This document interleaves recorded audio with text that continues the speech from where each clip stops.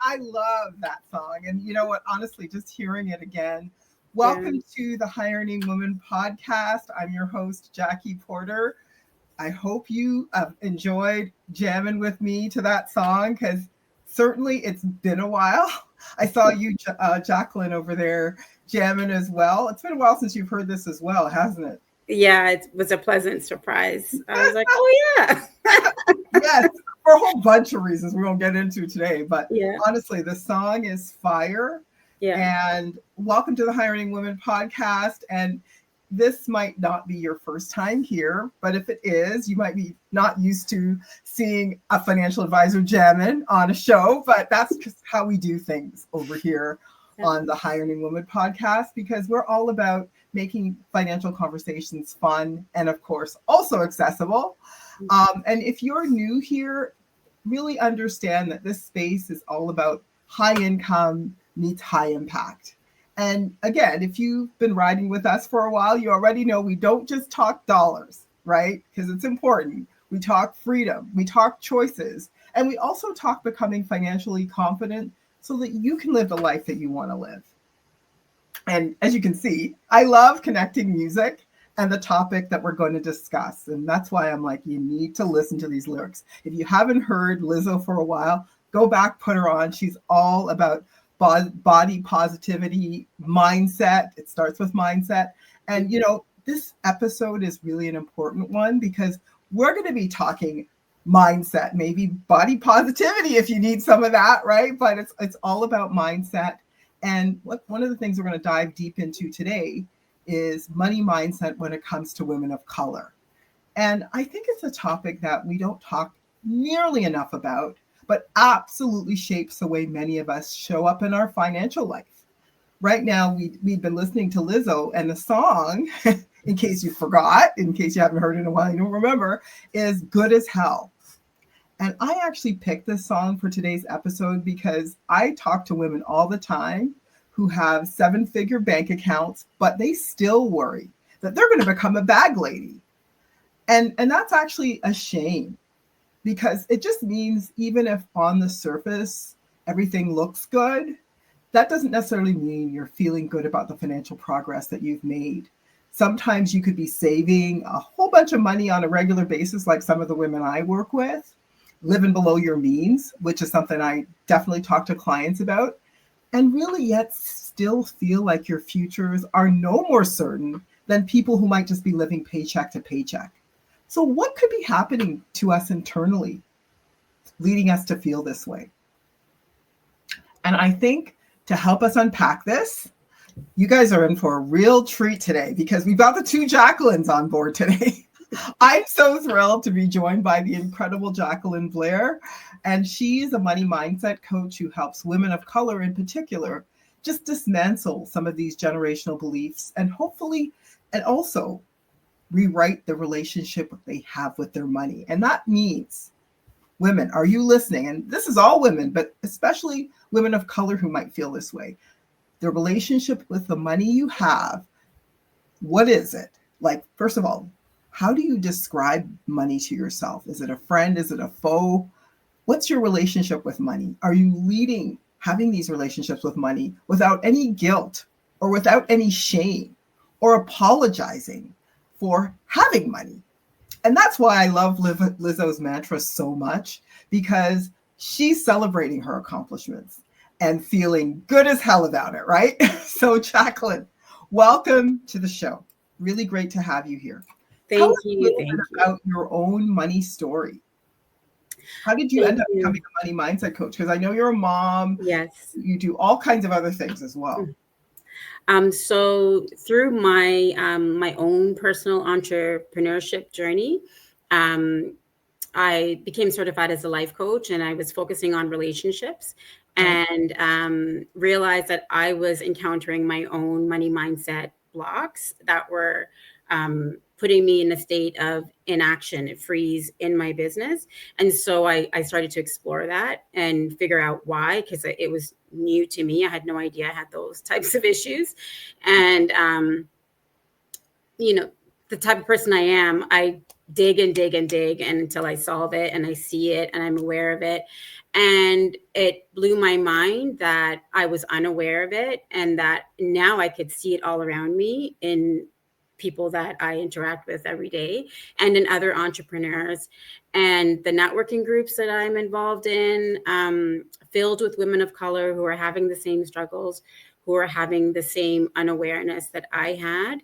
And I developed a deep desire to help with that, to bring that out, because it is something that really is robbing us of the lives that we really want to live, and we don't even know it, robbing us of the businesses that we want to create. And we're tackling strategy when really we should be tackling mindset. So I that's love where that. my passion came from. I love the way you put it, robbing us of the life that we want to live, Mm-hmm. of the businesses that we want to create, because no strategy is going to work if your mind's not right. Absolutely not. Yeah. So It's let's talk about. Oh, go ahead. Go ahead. Yeah, no, I just agree with you. You can go from strategy to strategy, and some people do that and they think that strategy wasn't for them, but it's their mindset was never positioned to receive any strategy. And that's actually what I was going to ask you about next. Mm-hmm. Let's talk a little bit, dig into a little bit what money mindset means and why it matters, and particularly why it matters to women of color.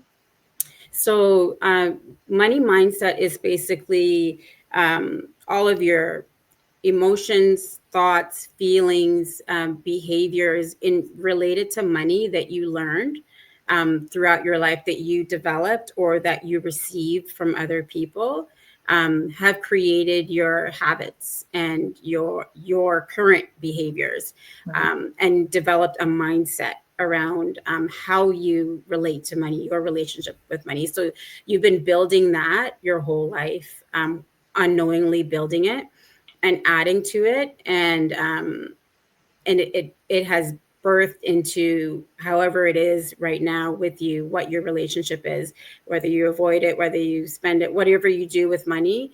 That mindset is not overnight. It's been built up for many years and contributed to by other people as well. It's so interesting when you were talking about, all of the messages you get that you take in, that you don't realize that you're taking it in. Yeah.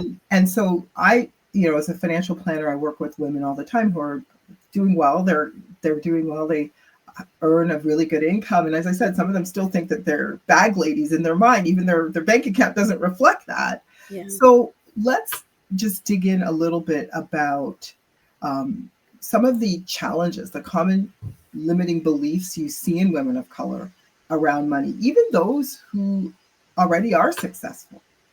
I think what's happened with women of color in particular is we have for a long time been so focused on achievement and success and education and all of those things. And we were go, achieve. Let's break through all of these barriers that we had. And what we never did was give our nervous systems a chance to catch up to that.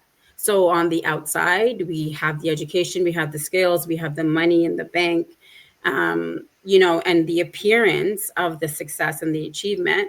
But internally, our nervous systems are still freaking out because we never developed the capacity to hold that in a peaceful way, in a way that we feel worthy of. So it was just never done, and it should have been done in tandem. But I think because people of color on a whole, we're always catching up. We feel like we're behind, and so we've got to catch up with everything.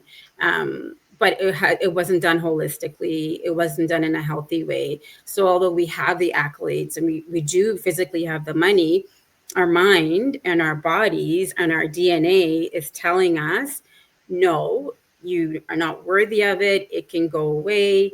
You still have to stress about it. You still have to feel guilty for having it.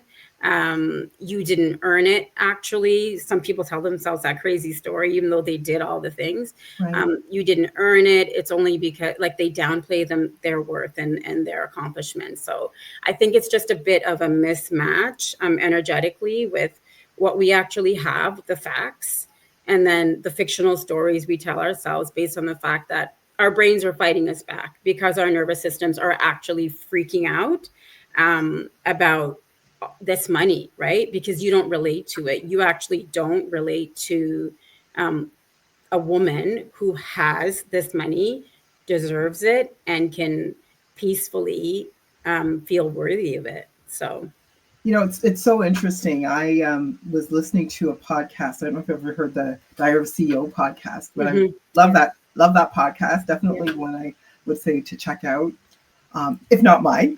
But I was going to say if one of the things that came up on an episode I saw recently was an episode with Michelle Obama, Mhm. and she has a podcast now with her brother Craig, and she was talking about her journeys to success and how she was just on this race to tick all of the boxes. It was Mhm. all like the just tick in the box, tick in the box, not really thinking if this is what I want, if this is for me, if this is even feeding me. I'm just ticking the boxes and Mhm. going through that race and getting to the point where something really something really personal and traumatic happened to her that made her realize that she wasn't actually even happy.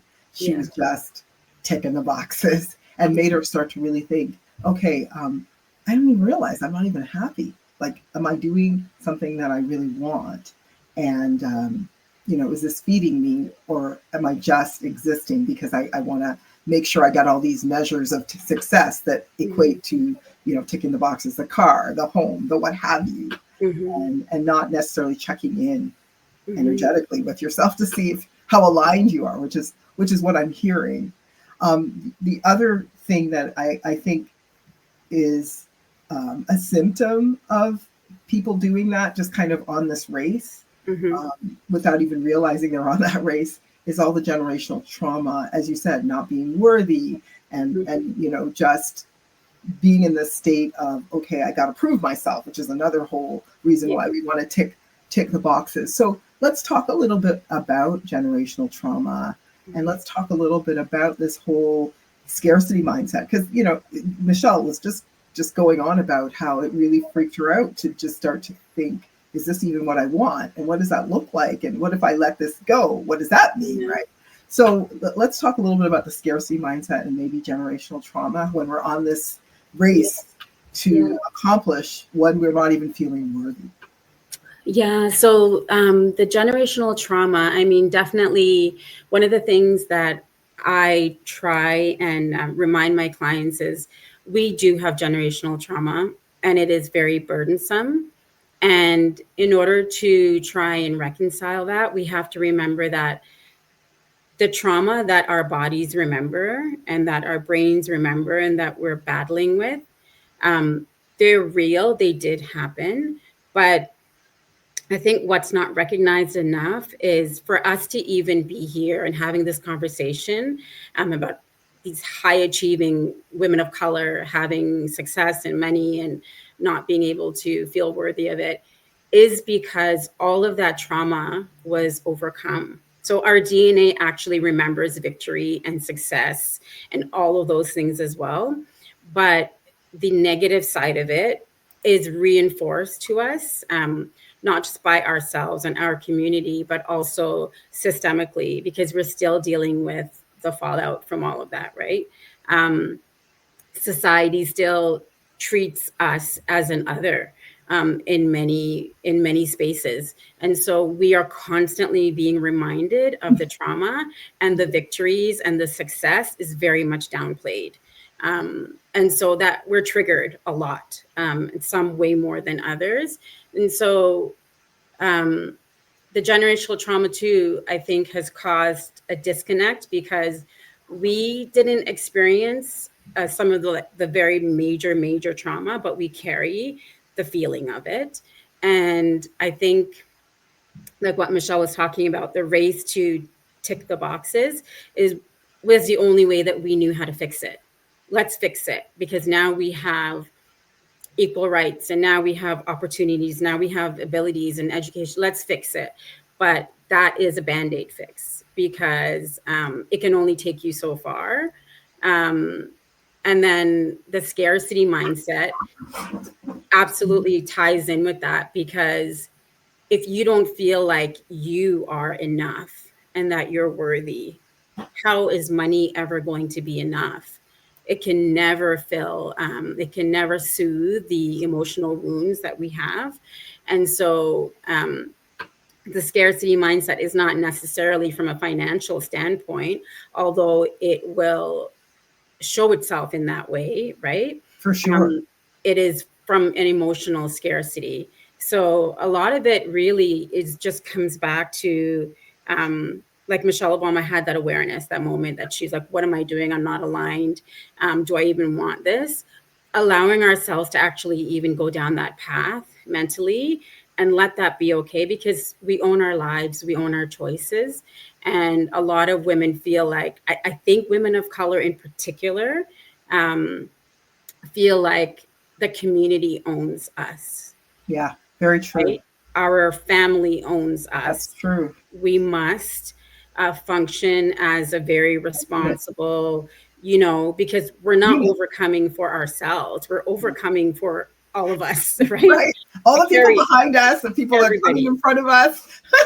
Our children, our great-grandma, like everybody. And I mean, what a heavy burden. Standing on those shoulders. Those shoulders are heavy, man. Heavy.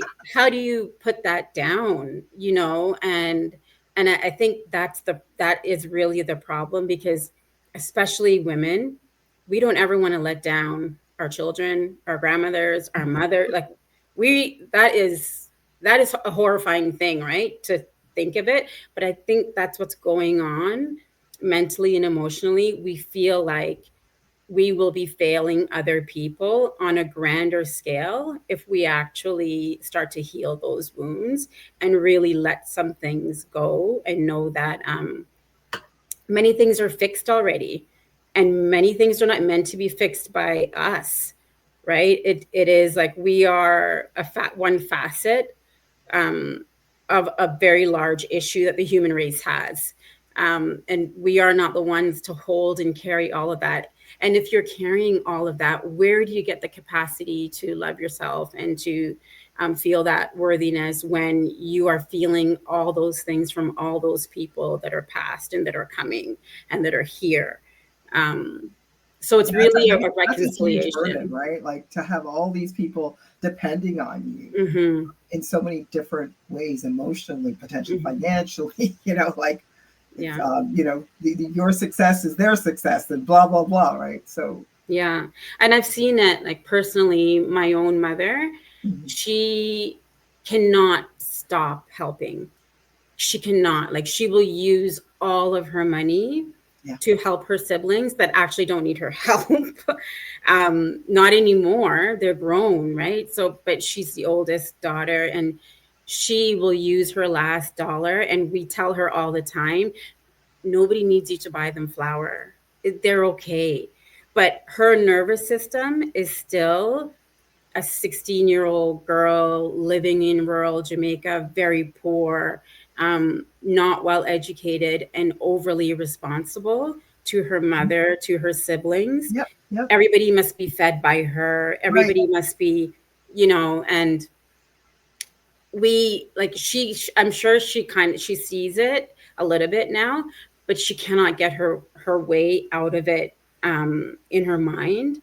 And, you know, I have so much compassion for that. I have so much compassion for all the women I see who we behave like that in various different ways. That's her story. No, absolutely. I was just thinking, you know, that's a narrative, like, you know, beginning, middle, end narrative that can just keep replaying in your mind and taking you down that path, right, of potential obligation and whatever the case is. And as you were saying that, it just struck me, like, how do you teach people as a mindset coach to unlearn some of these ways of being and to change that money mindset?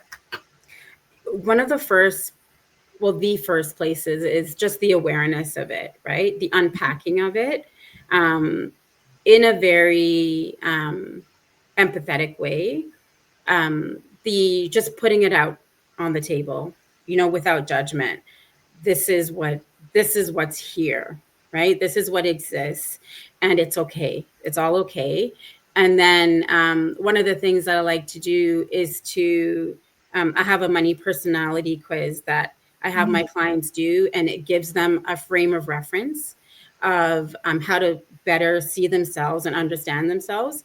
And then to understand the people around them too, right? To understand their families as well, because I recognize that my family has an overarching money mindset of Right. scarcity, of not enough, no matter how much money there actually is, and that plays out in different ways. So You're saying it's you get the personality quiz, the money personality quiz that's for you, but then you also get an adjacent one for your family, or does that help you to understand like the money constellation in your yes, it helps you to understand the how for example, my sister, myself, and my brother, we all have different life circumstances, very different.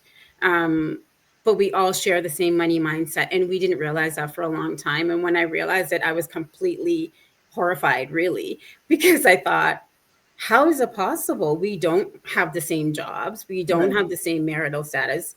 My brother doesn't have any children. I have small children. My sister's children, like it's all very different, different education, everything different, same money mindset. And so that made me realize how impactful whatever it is we learned as children, um, how that is stronger than any education, any job, any circumstance. We are still deeply rooted in those things because we are recreating our lives in a way to maintain that money mindset, Ooh, yeah, right? that's Subconsciously maintaining that mindset of scarcity when it's fiction. It doesn't actually exist. well, We just yeah, keep it's like you're an recreating actor it. in a play that you don't Yeah. even know has been written already, that you're just Yes. kind of like going through. Yeah. Is a really crazy thought, right? Like It's crazy. I'm It acting in a really script is. that's already been written in my mind that I didn't even realize I'm playing out, and I'm just on that little wheel, which And is it's even crazier when you hear somebody say they would like more, but then when you look at everything they do is to get more away from them, right? totally. I see it all the time. As Yeah. you say that, I think of a lawyer that have worked with for a really long time, and she told me the story of her dad being that person where money was either always around, like when he had money, it was like it was flowing, Yeah. right? But when they didn't, it was like they were in austerity times, and it was very hard. And she's 7-figure earner, and she lives her life that way, even though she says I don't ever want to live that way.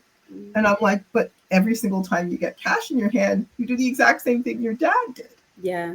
You just spend Because it she's all. addicted to the feast and famine cycle, right? Even though it's uncomfortable, um, or it's toxic or whatever she might see it, but it's what she knows. And so your nervous system will always bring you back to its own familiarity, right? So somebody might say, I want to have a lot of money, and you give them a lot of money, and they will spend it all right back down That's to, right. to what they are used to, because um, that's what they know. That they know the struggle. They can navigate that because they never had the tools, um, and the feeling of worth and connection to a person that has a lot of money. Like they don't have that identity. Exactly. And energetically, they don't know how to feel with Exactly. money. It feels That's gonna, uncomfortable. yeah, that's going to make them be able to hold on to it and grow it and feel good Yeah. about it. So let's talk about what's the difference between, let's say, a financial boundary Mhm. and a self-limiting belief. So a Someone who self-limiting doesn't know. belief, I Right. mean, you could look at fact and fiction again, right? To if you have a self-limiting belief, it's usually not true. It's usually something that you have created to protect yourself from feeling a certain way, doing a certain thing. You've created it as your own little barrier. and you validate it over and over again, and you tell yourself it's true because you validate it.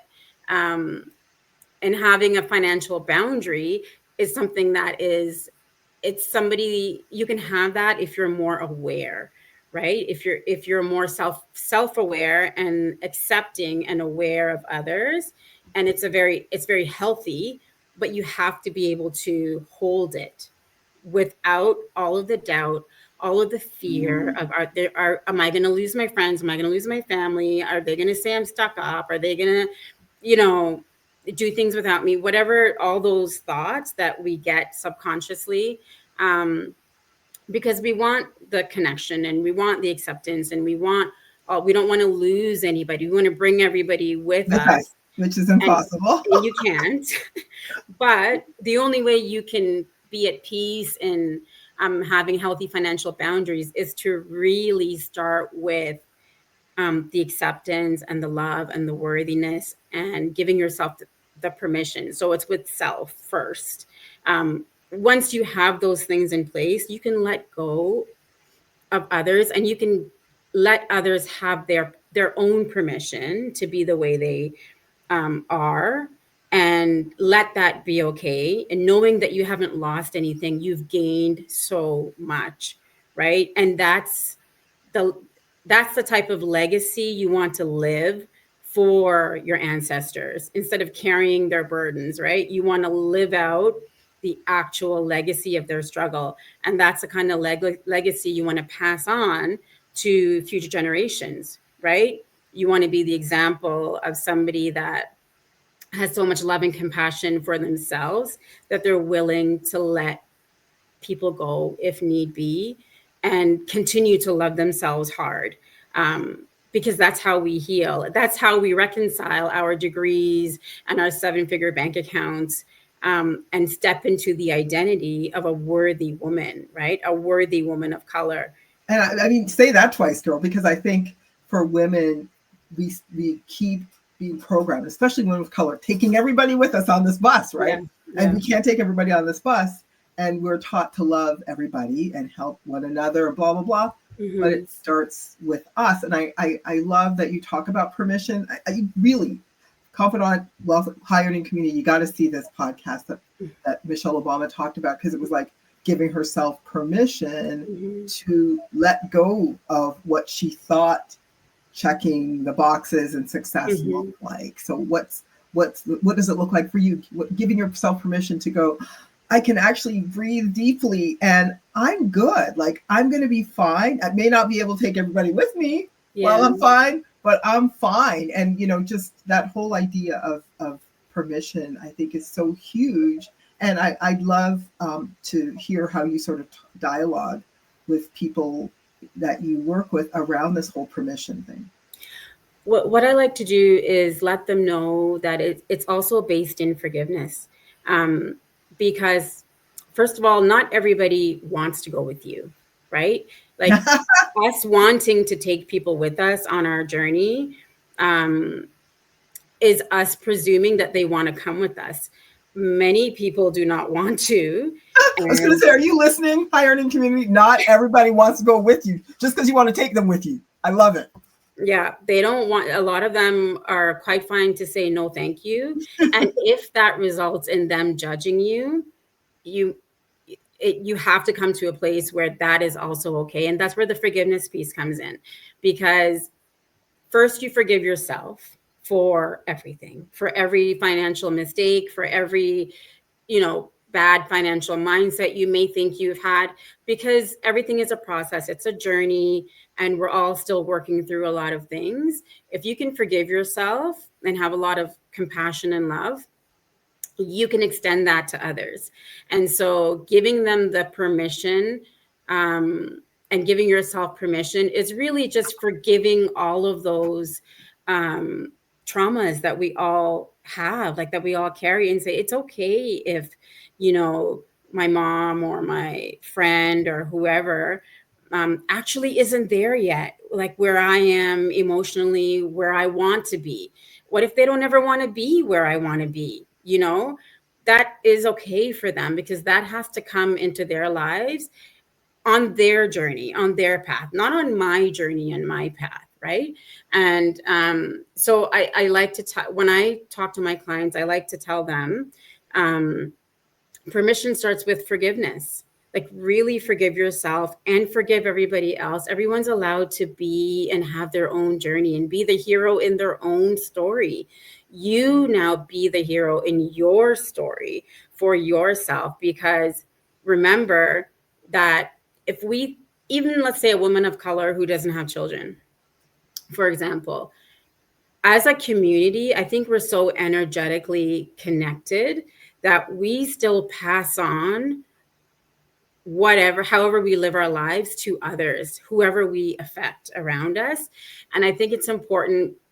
It's an important awareness, because we so want to collectively do well. And I know the narrative that we tell ourselves and other people looking at us might say that we're a very disconnected community. I think that we are very connected and very intertwined, and it hurts so much that we lash out, and some of us don't, we cannot handle it, and it looks like mistrust, and it looks like hatred, and it looks like all these things, just negative stereotypes. But I think it's because we're so tightly woven together, and there's so much pain there that it has not been explored, it hasn't been healed, it hasn't been forgiven. And it's just it comes with a lot of understanding and letting go and letting people be. And I think that understanding, letting go, forgiveness, ultimately permission to forgive, as you said, yourself first, kind of loving yourself first, and then forgiving others. So I really appreciate you bringing that. Let's talk a little bit before we go about financial legacy. What does that look like for someone who's trying to overcome some of their mindset challenges? So financial legacy, I never want to actually relate it to money, because I think that's where people go wrong in their thinking. I want people to remember you're passing on a mindset to other people. So true. Right?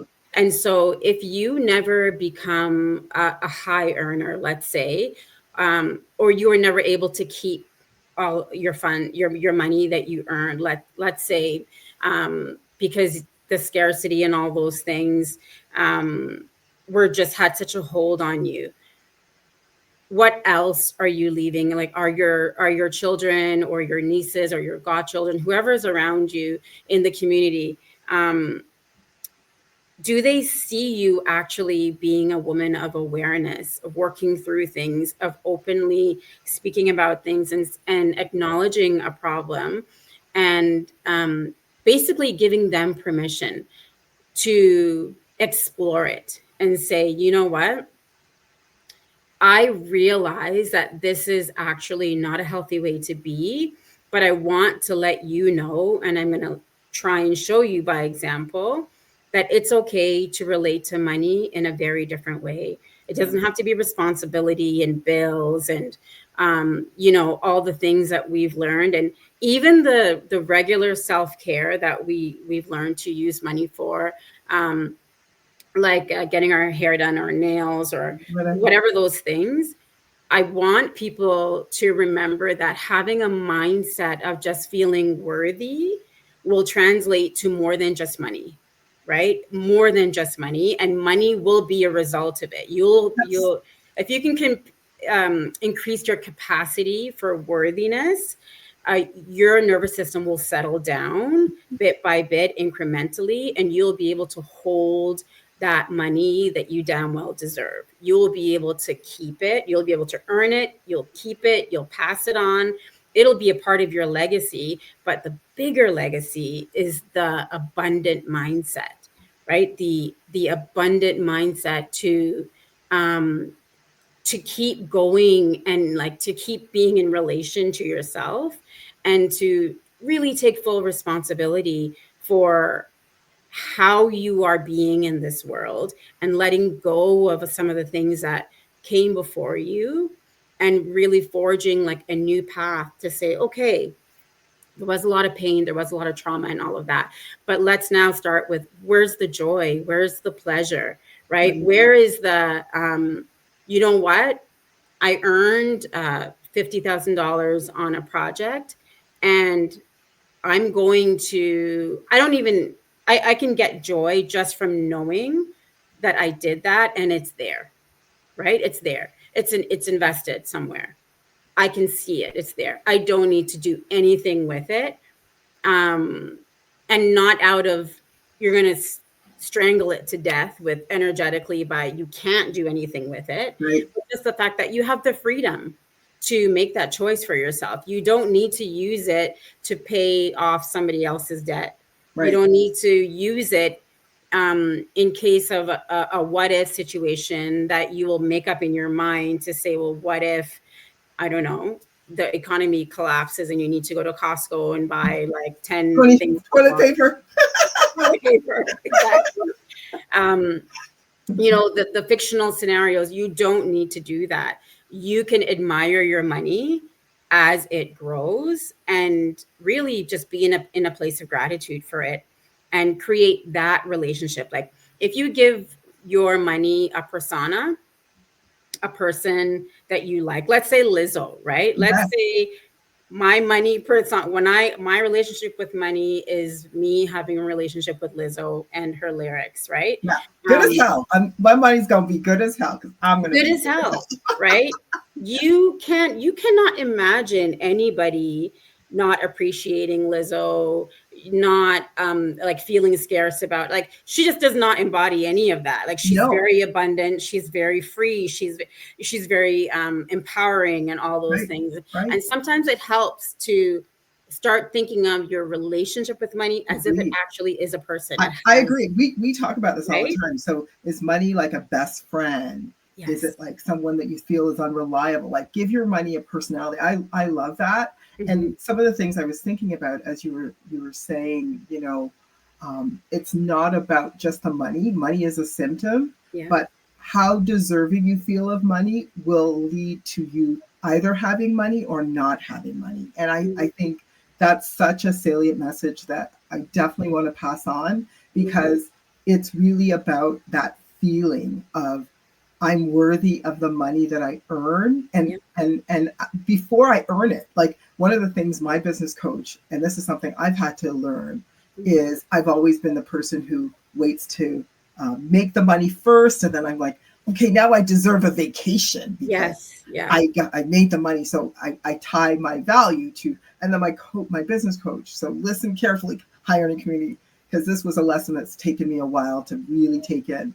He's like, no, what you want to do is be like, I need this vacation to maintain so that I can bring my best to my clients, to my family, to my community. And then the money comes from feeling whole and feeling good. And then I can bring that. And it's really something, it's really been a mindset shift to go, no, I don't have to wait to deserve. I already am deserving, which is such a crucial message. And then as you were talking about feeling like what you're leaving behind, I always talk to people about creating that money memory for the people you leave behind. What kind of money memory were you organized? Because if you weren't, it might mean that's what you're passing on. Or did you live a life that people saw, people who looked up to you, that all the things you were talking about, that I'm not deserving, that I'm chasing money doesn't come to me, I'm not deserving, so it's not abundant. I don't see money as being abundant. Did I pass that lesson on? And so somebody else follows, people in your family follow. So please take these notes, high earning community, if this is something that you struggle with. Hey, we all struggle with, especially as women, feeling worthy. And I think it's such an important conversation that we've had today, Jacqueline, the two Jacquelines. Do you have any mantra or last thoughts you want to leave this community with? I do. I have one that I recently discovered. It doesn't have a particular author, but I love it so much. So I do want to share it with your community. And so it is, I am the legacy my ancestors dreamed of. Worthy, wealthy and walking in abundance, money flows to me because I finally believe I deserve it. Okay, And I'll send okay. that to you. Please send that to me, because I'm send going it to to make that one of my posts. Yeah. Oh my gosh. Thank you so much. Amazing. And to high earning women that are listening to this podcast, remember, your next level isn't just about more money. It's more actually about you, right? And what you feel energetically belongs to you. You can own. If you love this episode, please leave us a review, share it with your power circle, and please subscribe, because you won't want to miss what's next. Please feel free to DM us if you need support on your journey. Where can, Jacqueline, people find you? Of course, I'm going to put this mantra that you just said in our show notes, but where can people find you? We're going to put that information as well in our show notes as well. I'm on LinkedIn, just my name, Jacqueline Blair, and on Instagram, I'm _ Jacqueline Blair. Okay, and did you want to also provide the questionnaire to our community as a way to see, Yeah, yeah, I'm happy to put the quiz in our show notes as absolutely. well. I will send you the link for the quiz, and definitely I encourage everybody. It is it does open your mind to, you'll have a lot more questions about yourself, and it gives you a great reframe and a great starting point to start, down the path that Jackie is leading us all on, of wealth and worthiness and abundance. So yeah, Jackie, I will send it to you and your listeners. Please feel fantastic. free. I can't wait to share that with you, high earning community. Until then, keep building, keep earning, and keep living the life you want. You deserve nothing less. Thank you so much for tuning in today, and see you next time. Take care. Thanks again. You got the 2 Jacquelines. I just love that. Thank you all. Thank you very much. Thanks so much, Jacqueline. See you soon. Yes. Bye, everybody.